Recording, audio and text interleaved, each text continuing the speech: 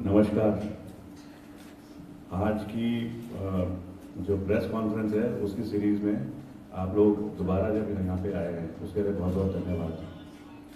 आम आदमी पार्टी के राष्ट्रीय कन्वीनर और दिल्ली के मुख्यमंत्री श्री अरविंद केजरीवाल जी इस पावन भूमि उत्तराखंड में हरिद्वार से जनता को, उत्तराखंड की जनता को अलग अलग मैसेजेस दे रहे हैं और ये मैसेजेस हैं किस प्रकार से उत्तराखंड के नवनिर्माण की परिभाषा आम आदमी पार्टी यहाँ पे उसकी रचना करना चाहती है।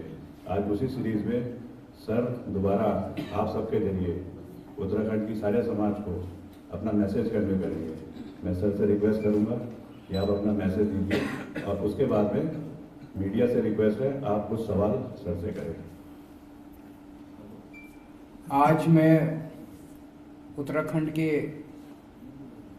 जो कांग्रेस के वोटर्स हैं और जो कांग्रेस के सपोर्टर्स हैं और जो बीजेपी के वोटर्स और जो बीजेपी के सपोर्टर्स हैं उनसे अपील करना चाहता हूं।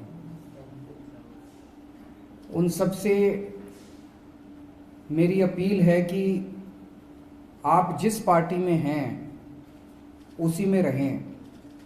हम आपको अपनी पार्टी छोड़ के आम आदमी पार्टी में आने को नहीं कह रहे। हमारी आपसे एक ही विनती है, उत्तराखंड की खातिर इस बार एक बार कांग्रेस वाले भी और बीजेपी वाले भी आम आदमी पार्टी को वोट दे देना। इस बार एक बार बीजेपी वाले भी और कांग्रेस वाले भी एक बार झाड़ू का बटन दबा देना उत्तराखंड की खातिर। मेरी कांग्रेस और बीजेपी के वोटर्स और सपोर्टर्स से अपील है, कांग्रेस के वोटर्स ने 10 साल कांग्रेस को दिए। इन 10 साल में आपको क्या मिला? क्या कांग्रेस ने उत्तराखंड के लिए कुछ किया? क्या कांग्रेस ने आपके लिए कुछ किया? क्या कांग्रेस ने आपके परिवार के लिए कुछ किया? क्या कांग्रेस ने आपके बच्चों की शिक्षा के लिए कुछ किया? क्या कांग्रेस ने आपके घर के बच्चों को नौकरी दी? क्या कांग्रेस ने आपके इलाके में स्वास्थ्य सुविधाएं इंतजाम किया? अगर नहीं किया तो कांग्रेस को वोट देने से क्या फायदा? फिर भी मैं आपको ये नहीं कह रहा कि आप कांग्रेस छोड़ के आम आदमी पार्टी में आओ। आम आदमी पार्टी एक नई पार्टी है। आपने 10 साल कांग्रेस को दिए और 5 साल भी दे दोगे तो कोई फायदा नहीं है। ढर्रा वैसे का वैसे ही चलेगा जैसे अभी तक चल रहा था। वैसे ही चलनी सरकार, वैसे ही चलना उत्तराखंड अगर कांग्रेस आ गई तो हमारी आपसे विनती है, आम आदमी पार्टी एक नई पार्टी है, नए चेहरे हैं, नई सोच है, नया सीएम चेहरा है, ईमानदार सीएम चेहरा है, दिल्ली में काम करके दिखाया है। आम आदमी पार्टी के पास नए नए आइडियाज हैं, एक पूरा उत्तराखंड को विकास करने का एजेंडा है। हम गांव-गांव तक स्वास्थ्य सेवाएं पहुंचाएंगे। जब हम गांव-गांव तक स्वास्थ्य सेवाएं पहुंचाएंगे उसमें कांग्रेस वालों का भी फायदा होगा, उनके परिवार वालों का भी इलाज मिलेगा उसमें। हम गांव-गांव तक शिक्षा देंगे, स्कूल पहुंचाएंगे, सरकारी स्कूल अच्छे करेंगे जैसे दिल्ली में किए, उसमें कांग्रेस वालों के बच्चों का भी फायदा होगा, कांग्रेस के बच्चों का भी इलाज होगा, वो उनको भी शिक्षा मिलेगी। हम बच्चों को रोजगार देंगे, बेरोजगार बच्चों को बेरोजगारी भत्ता देंगे, कांग्रेस के बच्चों को भी मिलेगा। हम बिजली 24 घंटे करेंगे, कांग्रेस के हमारे जो साथी हैं उनके घर में भी बिजली 24 घंटे जाएगी। तो मेरी कांग्रेस के सभी वोटर्स और सपोर्टर्स से अपील है कि एक बार इस बार उत्तराखंड की खातिर आप आम आदमी पार्टी को वोट दे दो। इसी तरह से मेरी भाजपा के सभी वोटर्स और सपोर्टर्स से अपील है कि आपने भाजपा को 11-12 साल दिए, अभी तक भाजपा ने कुछ किया आपके लिए? इस बार तो 3 मुख्यमंत्री और बदल दिए। जब मुख्यमंत्री बार बार बदलेंगे तो क्या काम होगा? आपके परिवार के लिए कुछ किया हो भाजपा ने, आपके बच्चों के लिए कुछ किया हो, उत्तराखंड के लिए कुछ किया हो? कुछ भी तो नहीं किया। आपके इलाके में अच्छे स्कूल बना दियो, अच्छे अस्पताल बना दियो, कुछ भी तो नहीं किया। उनको 5 साल और दे दो, ढर्रा वैसे का वैसे ही चलेगा, कुछ नहीं बदलना। अभी तक जैसे चल रही है सरकारें वैसे ही चलेंगी, वैसे ही भ्रष्टाचार चलेगा, वैसे ही लूट चलेगी, वैसे ही कुछ नहीं होना। आम आदमी पार्टी नई पार्टी है, नए चेहरे लेके आई है, नए सोच लेके आई है, इसीलिए हमारे पास पूरा एजेंडा है उत्तराखंड के लिए कि हम उत्तराखंड में सरकारी स्कूल अच्छा करना चाहते हैं। दिल्ली में करके आए हैं, जैसे दिल्ली में किए, हम गांव-गांव तक स्वास्थ्य सेवाएं पहुंचाएंगे, फ्री में सबका इलाज करेंगे, उत्तराखंड के सब लोगों का इलाज फ्री में होगा, 24 घंटे बिजली करेंगे। उसमें भाजपा के कार्यकर्ताओं को, भाजपा के सपोर्टर्स को, भाजपा के वोटर्स को भी ये सारी सुविधाएं मिलेंगी। तो मेरी ये आज प्रेस कॉन्फ्रेंस के ज़रिए मैं केवल और केवल बीजेपी और कांग्रेस के वोटर्स और सपोर्टर्स को अपील करना चाहता हूं कि उत्तराखंड की खातिर, देश की खातिर एक बार, कोई फ़र्क नहीं पड़ता, इतने मौके आपने दिए, एक बार आम आदमी पार्टी को मौका दें। हमारा आपको वादा, इन दोनों पार्टियों ने मिलके, कांग्रेस ने और बीजेपी ने, दोनों ने मिलके 21 साल में 72,000 करोड़ रुपए का कर्जा चढ़ा दिया उत्तराखंड के ऊपर। इसकी जवाबदेही तो उनसे लेनी चाहिए। हमारा आपको यकीन दिलाते हैं कि 5 साल के अंदर पिछला कर्जा भी माफ वो कर देंगे, ख़त्म, प्रॉफिट में सरकार को ले आएंगे और इतनी सारी सुविधाएं देंगे। हम दिल्ली में करके दिखाया है हमने, हम कर सकते हैं। अगर आपके कोई प्रश्न है तो आप बताइए। केजरीवाल जी प्रधानमंत्री नरेंद्र मोदी ने कल पार्लियामेंट में कहा है कि कांग्रेस वाले और आम आदमी पार्टी वाले दिल्ली में जो प्रवासी उत्तराखंड के थे, उत्तर प्रदेश के थे, बिहार के थे, उनको सबको भगा रहे थे और टिकट फ्री दे रहे थे और उनकी लापरवाही से कोरोना जो है इन प्रदेशों में पहुँच गया, जबकि वो इन प्रदेशों में न जाता है। दिल्ली में केजरीवाल की सरकार, आम आदमी पार्टी की सरकार ये गलत स्टेप ना उठाती और प्रवासी मजदूरों को भगाती नामा से। उसके बाद योगी जी ने भी बोला था, वो भी एक साथ ही कर दो। योगी जी ने भी कहा सुनो केजरीवाल, आपका भी कहा, सुनो योगी, निर्दयी और पूर्व शासक भी कहा है। हम लोग, जितने लोग जिम्मेदार पोजीशंस पे बैठे हैं, मैं हो गया, प्रधानमंत्री जी हो गए, योगी जी हो गए, जनता ने हमें चुन के भेजा है, बड़ी उम्मीदों से चुन के भेजा है कि हम जनता के लिए कुछ काम करेंगे। हम लोगों का आपस में इस तरह से तू मैं करना अच्छी बात नहीं है। हम लोगों का आपस में इस तरह से गाली गलौज करना अच्छी बात नहीं है। हम लोगों का आपस में इस तरह से आरोप प्रत्यारोप करना, फिंगर पॉइंटिंग करना अच्छी बात नहीं है। जनता, हम चाहे अलग अलग पार्टियों के, चाहे जो भी हो, अलग अलग आइडियोलॉजीज़ के हो, जो भी हो, जनता उम्मीद करती है कि हम सारे मिलके लोगों के लिए काम करेंगे। कल जब इन लोगों के मेरे खिलाफ बयान आए तो मैं भी काफ़ी आश्चर्यचकित रह गया। कोई उसका प्रोवोकेशन तो था नहीं, कोई ज़रूरत तो थी नहीं, कोई मुद्दा तो था नहीं। दोनों ने मुझे अटैक किया, उसका एक बार जवाब देना ज़रूरी था, नहीं तो आप लोग कहते जी कबूल कर लिया आपने अपना गुनाह। तो एक बार जवाब देना ज़रूरी था। जो मुझे कहना था मैंने ट्विटर पे कह दिया, इससे फालतू मैं कुछ नहीं बोलूँगा। मेरे को गाली गलौज नहीं करनी आती, मेरे को तू मैं नहीं करनी आती। मेरे को स्कूल बनाने आते हैं, अस्पताल बनाने आते हैं, बिजली देनी आती है, पानी देना आता है, जनता का काम करना आता है, जनता के मुद्दों पे काम करता हूँ मैं। इससे फालतू मेरे को कुछ नहीं कहना। जो मुझे कहना था मैंने कह दिया। एक मिनट सर, जो आपने अपने उसमें ट्विटर में कहा है, यदि अपने मुखार बिंदु से कह देंगे तो हमें बहुत अच्छा ना, मैंने जो कहना था बस कह दिया। पलायन, बेरोजगारी सभी पार्टियों के मुद्दे हैं, आपके भी हैं। जंगली जानवर पहाड़ों में फसलों को नष्ट कर रहे हैं, मैदान में भी कर रहे हैं, हाथी बंदर। तो इसको पलायन, बेरोजगारी को रोकने का हमारे पास विजन क्या है? पलायन मोटे मोटे तौर पे 3 चीज़ों की वजह से हो रहा है। गांव-गांव के अंदर स्वास्थ्य सेवाएं नहीं है, गांव-गांव के अंदर शिक्षा की कोई व्यवस्था नहीं है, और बच्चों के पास रोजगार नहीं है। ये 3 चीज़ें हैं। इन तीनों चीज़ों को हम सक्सेसफुली दिल्ली में सफलतापूर्वक हमने एड्रेस किया है। दिल्ली में शानदार सरकारी स्कूल बनाए, नए स्कूल भी बनाए, पुरानों को ठीक किया। सारी यहाँ भी करेंगे, हमें करना आता है, हमारी नीयत भी है। जितने मौजूदा सरकारी स्कूल हैं उनको ठीक करेंगे। जिन जिन गांव में स्कूल नहीं है वहाँ या तो नए स्कूल खोलेंगे या बसें लगाएंगे। अच्छे सरकारी स्कूल बना के 5-7 गाँव के बीच में एक स्कूल बना दिया, वहाँ से बसें लगा के और वहाँ पे स्कूल में ले आए बच्चों को। इसका पूरा खाका इन्होंने तैयार किया हुआ। इनसे मेरी बहुत लंबी लंबी चर्चाएँ हुई हैं। तो सरकारी स्कूल अच्छे करेंगे, शिक्षा अच्छी करेंगे। दूसरा, स्वास्थ्य सेवाएं, जैसे मोहल्ला क्लिनिक वहाँ पे दिया बनाए हैं, उसी किस्म के क्लिनिक अगर हर गांव में बनाए जाएं और उस क्लिनिक के अंदर बेसिक चीज़ें सारी हो, दवाइयाँ, टेस्ट, सबकी सुविधा हो।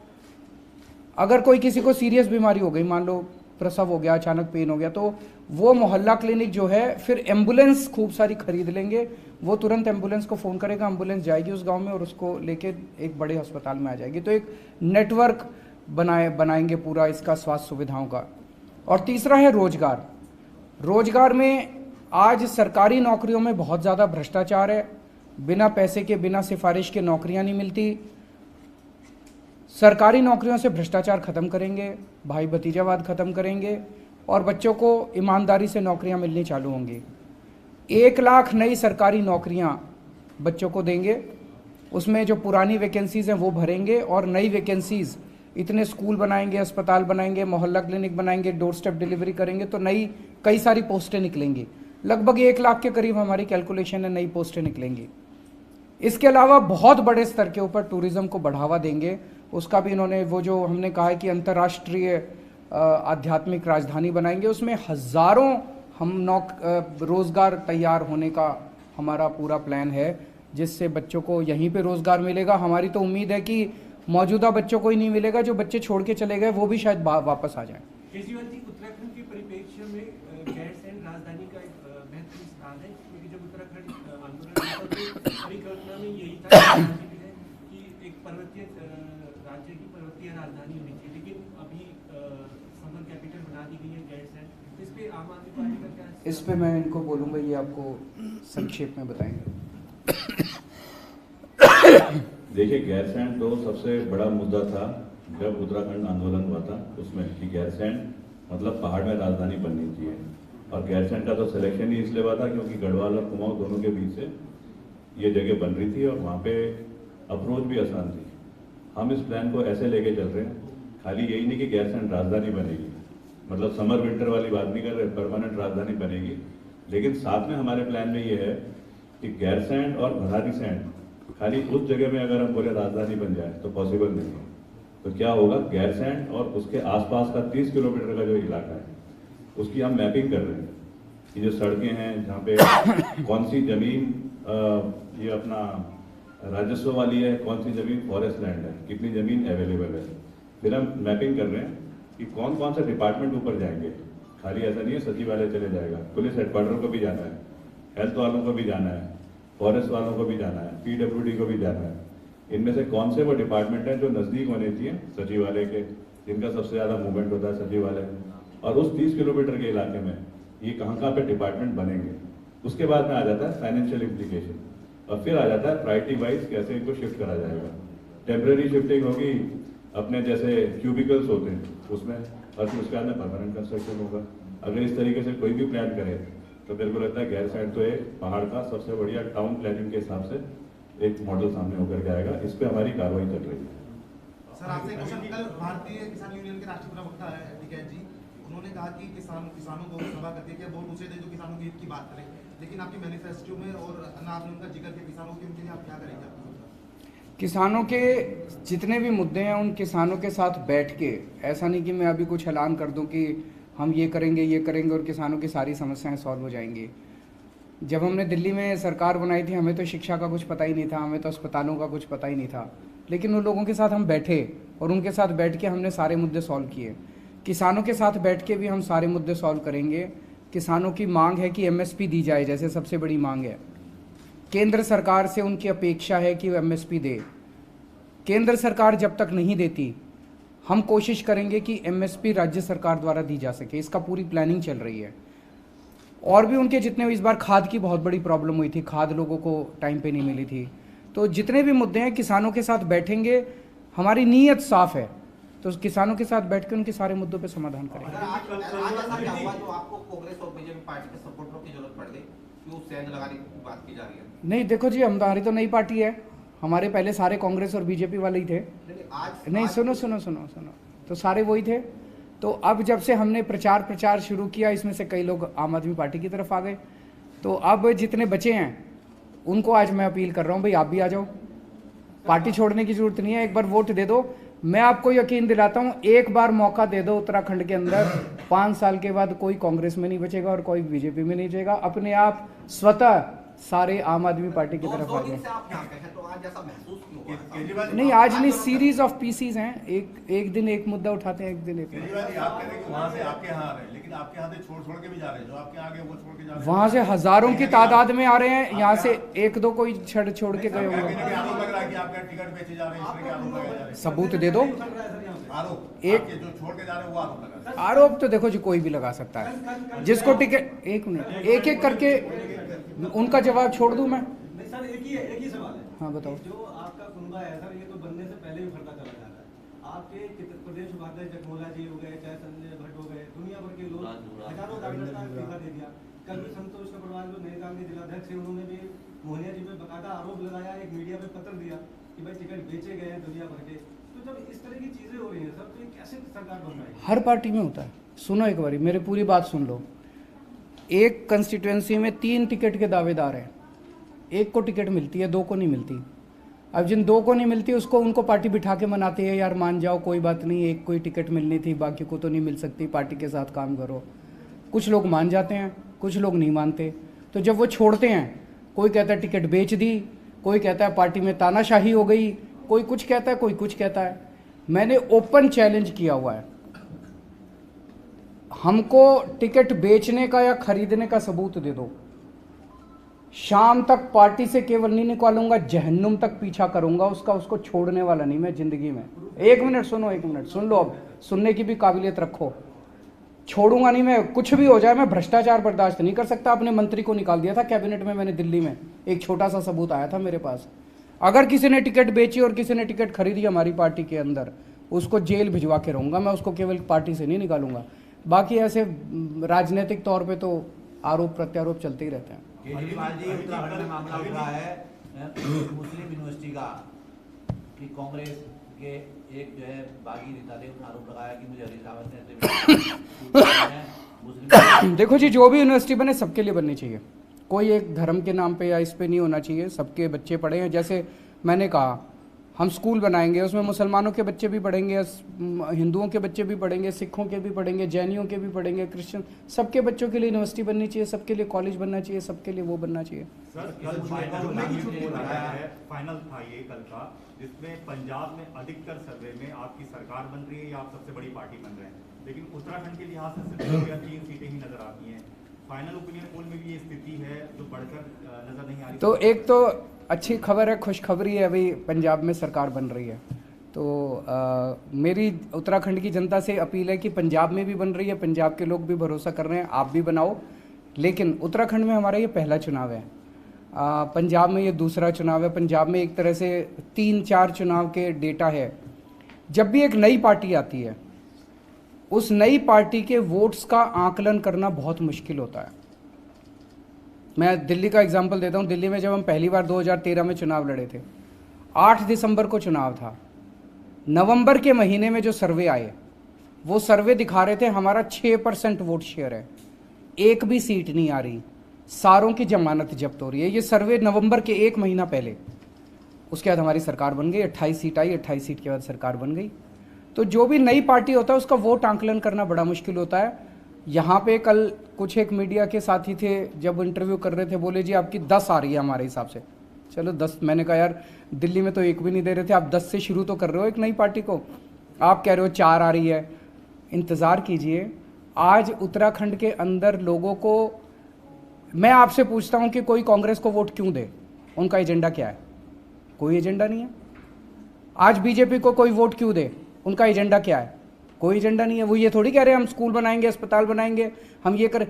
हमारा एजेंडा है, हम कह रहे हैं हम आपकी बिजली ठीक कर देंगे, गांव-गांव तक स्कूल पहुंचा देंगे, गांव-गांव तक स्वास्थ्य सेवाएं पहुंचा देंगे, महिलाओं को 1000-1000 रुपए देंगे। इतना लंबा चौड़ा एजेंडा है हमारा, सैनिकों के लिए भी है। तो कोई हमें ही वोट देगा, दूसरों को क्यों वोट देगा? अगर उसने अपने भविष्य का और अपने बच्चों के भविष्य का सोचना है तो। आखिरी क्वेश्चन है जी, दिल्ली में देंगे जी। ये जो पूरा महिलाओं वाली स्कीम है, ये अभी जब चुनावों का प्रचार कर रहे थे उस टाइम जनता के बीच से किसी ने बताई और हमें बहुत अच्छी लगी कि इससे महिलाओं का सशक्तिकरण हो सकता है। तो अभी इसको चुनाव प्रचार में इस्तेमाल कर रहे हैं, पर दिल्ली के अंदर भी इसकी पूरी स्कीम ला रहे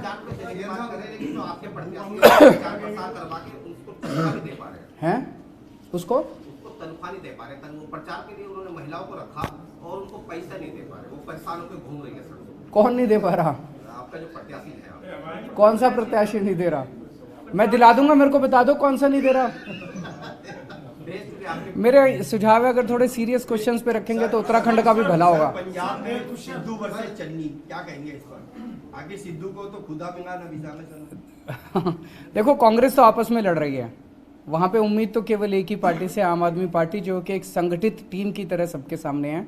केवल आम आदमी पार्टी पंजाब को भी भविष्य दे सकती है, आम आदमी पार्टी उत्तराखंड को भी भविष्य दे सकती है। आप सारे जने भी, अभी मैंने अपील की, आप सारे जने भी, जितने आप में से कांग्रेसी हैं, जितने आप में से बीजेपी वाले हैं, आप भी आम आदमी पार्टी को वोट देना। एक बार वोट दे दो और फिर देखो। बहुत बहुत शुक्रिया, थैंक यू।